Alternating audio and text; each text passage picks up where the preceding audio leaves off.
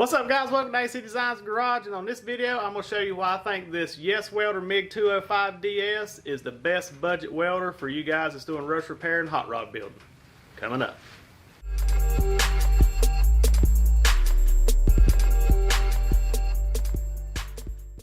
Alright guys, I'll put a link below down in the description box to where you can go pick you up one of these YesWelders, and also I'm going to give you guys they gave me a coupon code to save you guys 10%, so save whatever you can if you want to get one of these.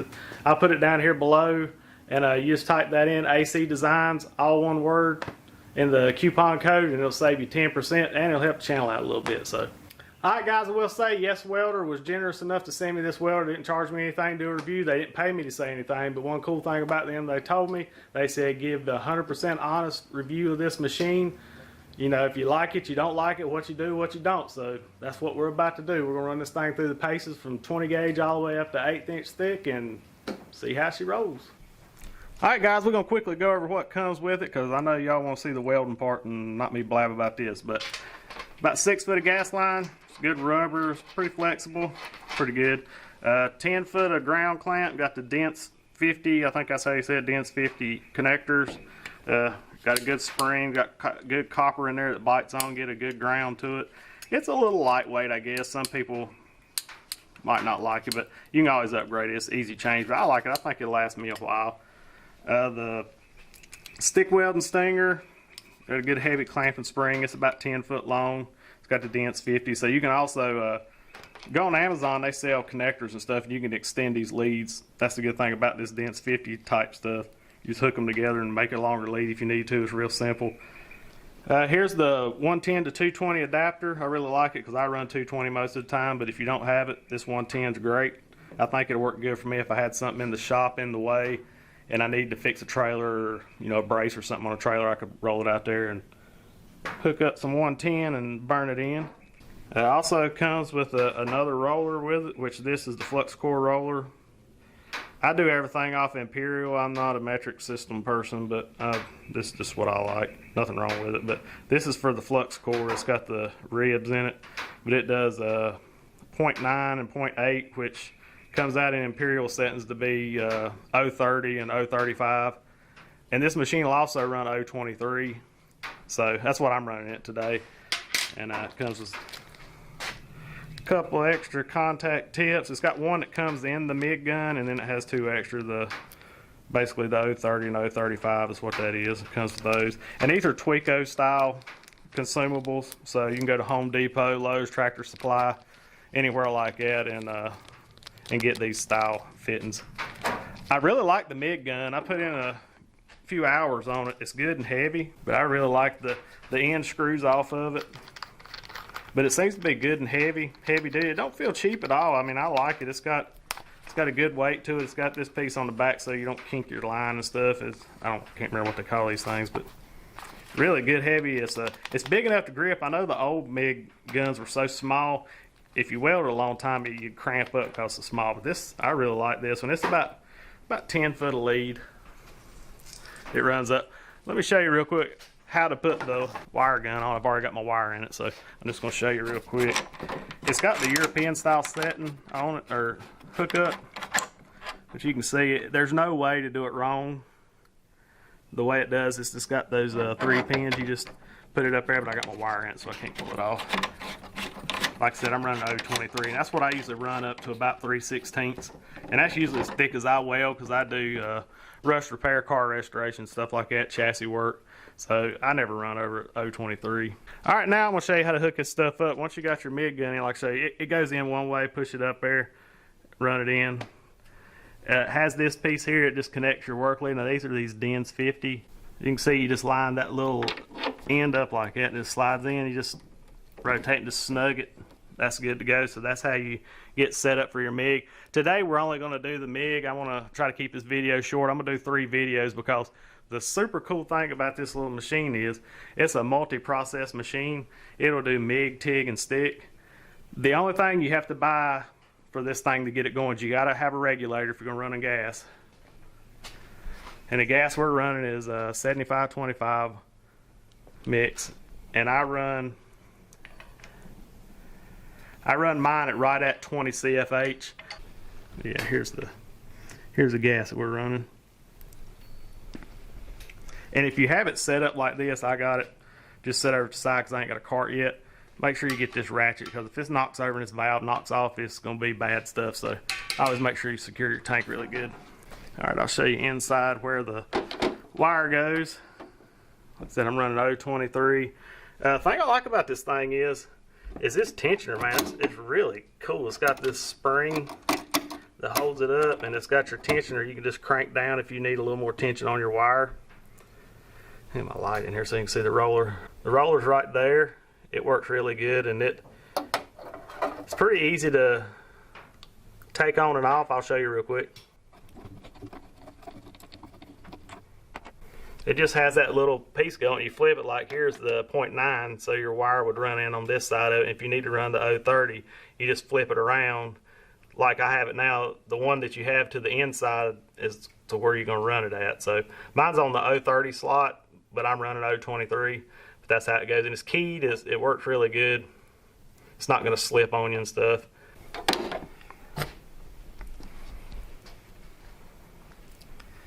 All right, here's the back side of the machine. It's where it's pretty simple. Where your gas goes in, your on-off switch, and your plug, and the fan right here. Just make sure when you're welding there that you don't have the fan blowing near where you're going. And this fan does make a little bit of noise, but I can work with it. It's not too awful bad, but so I can get a good shot of this right here. The welder's pretty small and compact. I really like it. It's got this cool little screen over it to protect it. And I'll show you real quick how I'm going to set it up. We're going to get to throwing some sparks. But I guess this is your intake for your air. So you don't want to block this because that's where it sucks in and blows it out the back. Just little things like that. But alright guys, we're going to hook our ground clamp up, and it's just like our other one. It goes in right here. It just locks in like that. We'll go over here and ground it to our table. You can see over here's a bunch of my setup coupons I had. Alright guys, I was pretty impressed with this machine. This right here was my first weld out of the box. I set it where I thought it needed to be, and I'll show you how I set it up. This is 1/8 inch material. But this is the first 2 welds when I first fired this thing up, no trial, nothing. I mean, it impressed me. I mean, it really did. That's my settings I was running on this 1/8 inch, 95, 98 amps. And I think it turned out pretty good. But let's go over here and I'll show you what a few of these buttons do. Alright, I'm going to go ahead and plug my 220 adapter up. I mean, it's just simple as plugging in a drop cord. It's not as simple when you're doing it one-handed. That's all you got to do to go to 220 and plug it into the 220 drop cord down there. Alright, let me get this set up over here and I'll show you what all these little buttons and stuff does. Hit the switch on the back of the machine.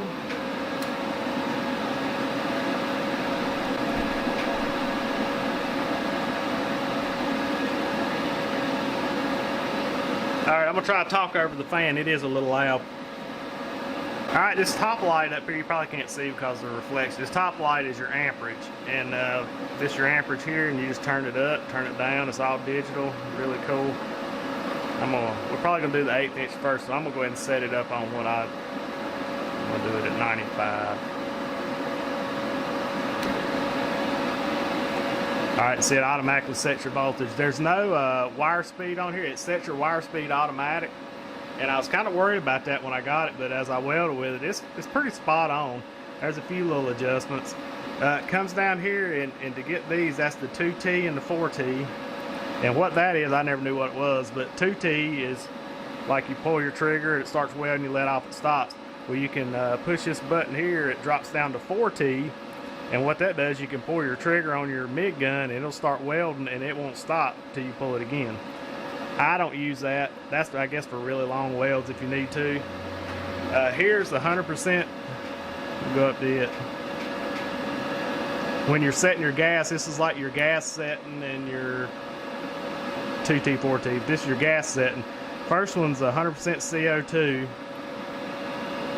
And your second one is your CO2 argon, so it's 2575 is what it says on there. The old ones used to say, I think they changed this, made a little, it used to say MAG on here, but now it says it's 7525, so that's what I'm gonna be running.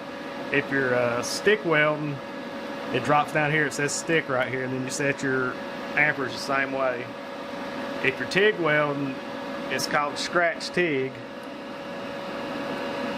right here, and you just set it on this button right there, and you hit it one more time where it says gasless, and that'll be your flux core. Okay, we're gonna go back and go ahead and get it set back up at the 7525, and right here this changes it. Right now it's at 023, 030, 035. It actually says that on there. It has the imperial and metric on here. That's a pretty cool option. So you just hit this little play button till you get to the size wire you're doing. I'm at 023. And this here's a cool feature. My gas is on. You hit this button and it'll purge your gas for you and let you know everything's clear, that all that's working. Also, another feature, let me zoom out for you. Another feature is, it's really cool, like if you're spooling your wire up or anything from the beginning, has these two little rollers right here on top with a wire in between. That's a cool wire feed, and you can watch, you just hold it and it feeds your wire out and stuff. That's pretty cool. And even when you run it out, you don't have to bump your trigger or anything, you just hold that in. So that works pretty good right there. Alright guys, another cool feature, I'm shining my flashlight up here, you can see it is kind of shadowed right here. This is a selector button, and it'll take it from the amperage right here and it drops down to your thickness. So you can just, and this is probably one of my only gripes about the machine. It's not a big deal because you can convert it, but it's in metric. I'm used to imperial. I kind of wish they'd have a conversion chart in here, but I usually set it up off of amperage. But if you're a first time starter, you just hit this twice, drops down to this blinking here, and that's your thickness. So when you see it turn over here, 1.92, 3.3, that's millimeter, and it automatically sets your voltage and stuff. So, well, it timed out on me. As long as that's blinking. 1.1, so if you take it up to 3.3, I think 3.2 is 1/8 inch. So if you're going to do 1/8 inch, put it on 3.2, and it automatically sets your voltage and amperage and everything. You know, for a beginner, that's a pretty good thing. All right, your selector switch, it does your amperage, does your thickness, then goes next to your voltage, and then it goes to the inductance. So every time it lands, this is blinking, you can adjust it. It automatically, it'll go right back to amperage, so you can adjust your amperage and stuff. But the first one I'm gonna do is gonna be on 1/8 inch, and I'm gonna set it on my 95, what I like, and then we'll go back and do another coupon with it set on the 3.3, which will be the 1/8 inch, the main or the automatic setting. So we'll get that burning up and we'll compare the two. What we have here is some 1/8 inch or 3.2 millimeter, whatever it is, just regular old steel. What I done was, to do these coupons, instead of wasting a lot of money buying a bunch of stuff, I've got some, this was actually old 1x1 angle iron, and I just split it down the middle, so I had 2 foot up, so I got like 15 or so coupons out of just some old rusty. But make sure you grind it. I ground this really good, sandblasted, get it as clean as you can. We're gonna set them up on like a T-joint here so I can do both sides, and we're going to weld them, and I'm going to show you the different processes I'm using, and we're going to try this thing out. So let's get at it.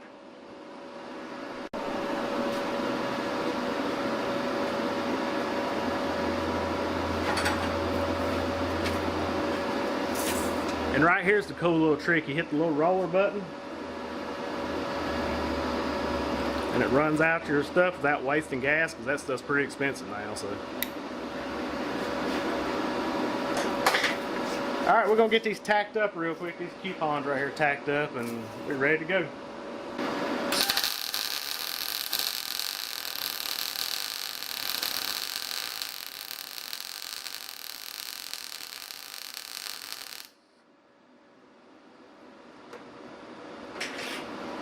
Alright, making sure I got my heat setting right. Always keep you a piece of scrap laying around. Alright, this is 1/8 inch steel, 95 amps, and 19.8 on the voltage.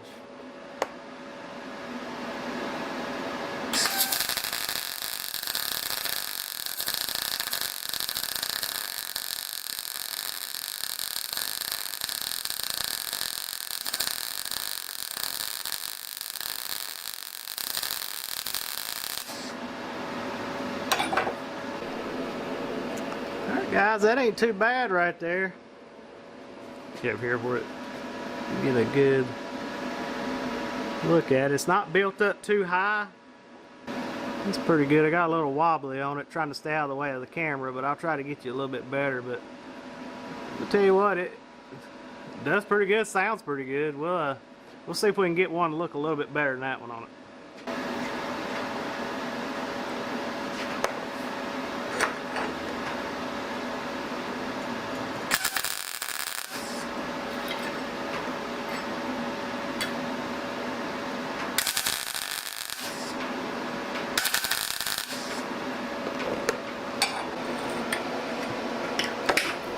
Okay, basically I drag all mine, and I've saw tons of videos. People say, oh, it don't penetrate. I watched Jody at Welding Tips and Tricks. He said the drag, as long as your heat's right, drag and push, he couldn't tell much difference. So I'm gonna go with the drag because I can see better. I put my head on this side looking towards this, but this is the way I do it, is I just start right below where it meets in the corner. Like I start right here below the crack, and I'll come up and I'll do like cursive E's. And you just basically lap her. You'll see your puddle form, and you'll come up, you'll go past a little bit and come back, and you basically are just doing little cursive E's right here.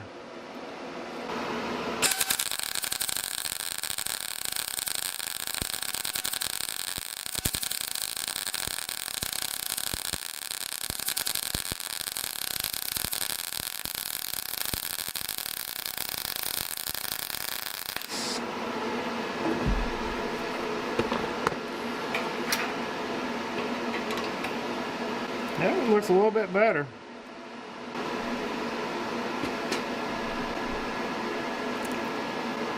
Yeah, I kind of got off on my line a little bit, but I'm trying to dodge around all these cameras and stuff. But it's not bad. It's not perfect, but alright guys, now we're going to change to the thickness here. We're going to go down to the 3 point, I think it's 3.3. Now we're going to try that.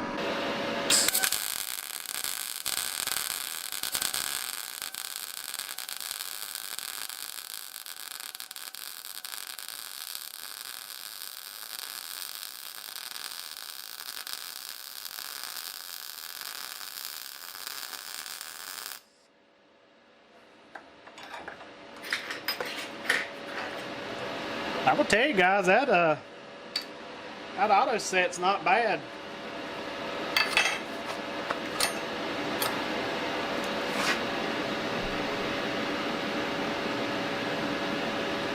That auto set don't look too bad at all. It's not built up real bad. It's not, don't have a big hump on it. I may use that more often. Alright guys, I moved the camera back out of the way. I'm going to see if I can get down here and really do you guys a really good weld. Get to where I can get comfortable. That's the main thing with welding, is get as comfortable as you can. So I'm going to get down here and see if I can get you guys a really good looking weld. I'm going to do the old loop-de-loop cursive E's, what I'm going to do. And I put it on the 95 amps where I like it, so we're going to see if it makes any difference.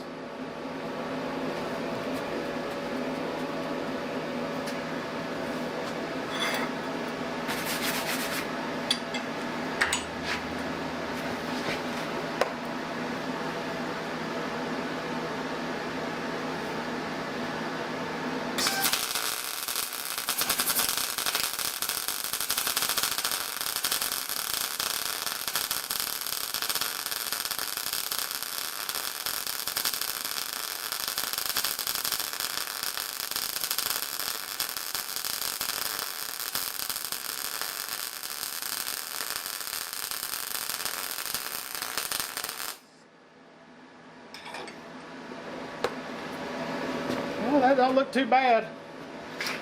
I'll get you guys a close-up of it. Alright guys, for me, I don't MIG a whole lot. I'm more of a TIG guy. I think that looks pretty good for me. I mean, I've saw guys out there that can lay them a lot better than that, but that's at 95 amps on this machine on 3.2 1/8 inch. Looks like it's burning in pretty good. good, consistent. Like I said, I was doing the little cursive E. Yeah, I mean, I'm pretty impressed, guys. I'll give you the good, the bad, the ugly I think about this machine, but I'm gonna tell you that weld speaks for itself. I mean, under $500 for this multi-process welder. Super impressed. All right, guys, the final test for me is right here. 20 gauge sheet metal. I do a lot of, like I said, I do a lot of quarter pounders, rust repair and stuff. If it'll do this 20 gauge, 1/8 inch is not that hard to do, and you know, 3/16 you just run your temperature on up just a little bit more. I'm gonna put in the description about 4 of my favorite settings for 3/16, 1/8 inch, 16 gauge, and 20 gauge. But if you can spot weld 20 gauge without blowing through and get to sit down real nice and stuff like that, this thing's dead on spot. Here we go. We'll see if we can burn through this 20 gauge. Alright, as for the 20 gauge, I'm going to run it. I'm going to do about 60. Let's try 60 and see how it looks. And I'll show you how to adjust. We'll do 60 and see what it looks like, and then we'll adjust from there. 60 may be pretty good though. But all I'm going to do is I'm going to butt these up tight, because when I do quarter pounds or patch pounds or anything, I don't leave gaps. Gaps just cause place for metal to move, and you get warps, and when you grind it down, it makes it hard to hammer and dolly. So always practice, if you're doing any sheet metal, don't put a gap in it. Butt that thing as tight as you can get it and weld it up. That way it gives you less distortion and warpage in your sheet metal. Just a little restore sheet metal tip there. So we're gonna butt it together. We're gonna tack the 2 ends, and I'll tack one in the middle, and we'll do some tacks through here and do some tacks through here on a different setting. I'll go ahead and mark them with the Sharpie. You don't need to leave a gap for penetration, because I weld mine a little hotter, so it's going to penetrate all the way through. I'll show you here in a minute. That's fully butted up tight as you can get it.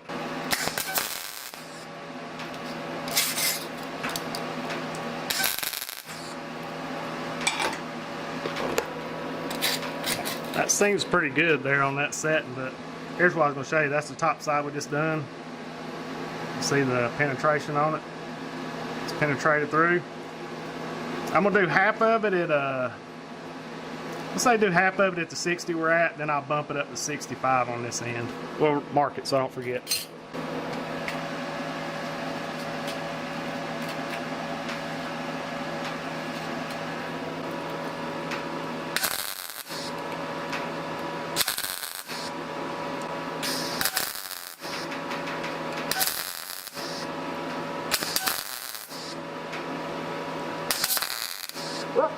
Cut through.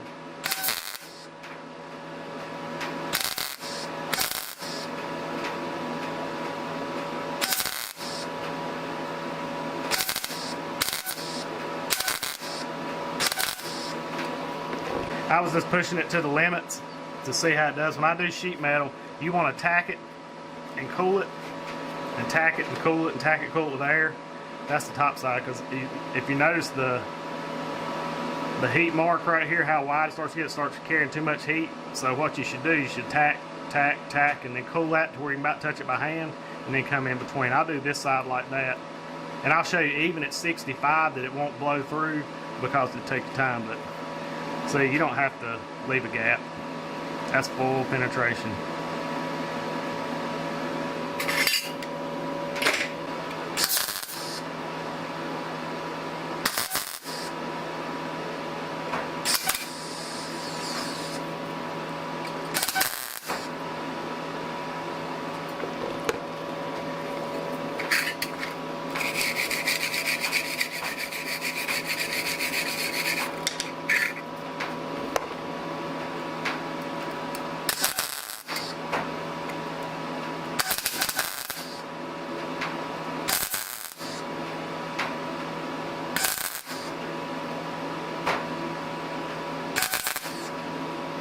You can see even at a higher amperage, if you take your time, it won't blow through.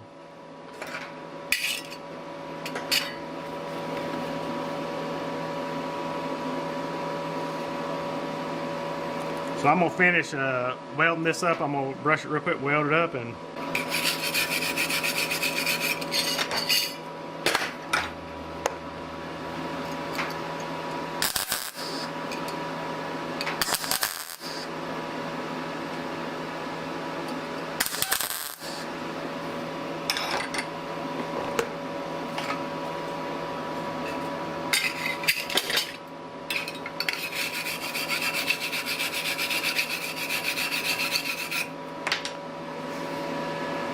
That's your 65 right there, 100% penetration.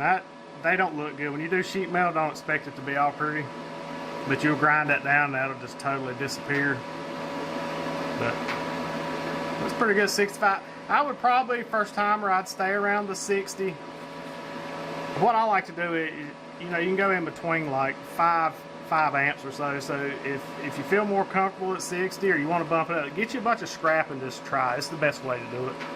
I mean, people can give you settings and stuff, but the best thing to do is just invest in a little bit of scrap and it'll do you good. But I'm going to say around 60, 65 would be good for... Alright, the likes and dislikes. I don't have a whole lot of... I mean, these dislikes are not, oh no, it's not going to weld good, it's no good, I don't like this. It's mostly pet peeve stuff that I don't like. I mean, like I said, other people may like it, it don't bother them, but I'm weird like that. But anyway, number one, the Imperial system missing from this machine. I understand it's made overseas, but it would be nice to have the little conversion chart here, like you'd have Imperial and metric, you know, both 1/8 inch, 3.2 millimeters, just, you know, what you doing at. I can learn it. I'm just old school and stuck in my ways, I guess, but I mean, that's no biggie. A lot of my guys that watch the channel use the metric system and stuff overseas and stuff, so that's cool. If you like it, there's nothing wrong with it. I just may print me a little chart to put in here. Number two, this new color I'm not digging too much. It's just not hot roddy. It's just me. I may come in here and do some black and white pinstriping on it and sticker it up, but no biggie. It's just color. I'm just not a huge fan of it. Number three, it could be all the new machines. My miller is like 25 years old, so I'm not used to it. Like when you pull the trigger on the miller, the wire feeds out and the gas starts at the same time, just instantaneously. So if I'm spot welding quarter pounds or something, it's just zap, zap, zap, zap. This here has a slight delay, like a pre-purge of the gas. When you pull the trigger, the gas comes on and then the wire comes out, which is no big deal. Actually, I kind of like it. I may just be something I got to get used to because it has that little slight delay. But it is good that it's covering and there's no air pockets in the gas, so keep porosity out of the spot. So maybe I'll get used to it. I mean, it's not that big a deal. But that's just one of my little pet peeves.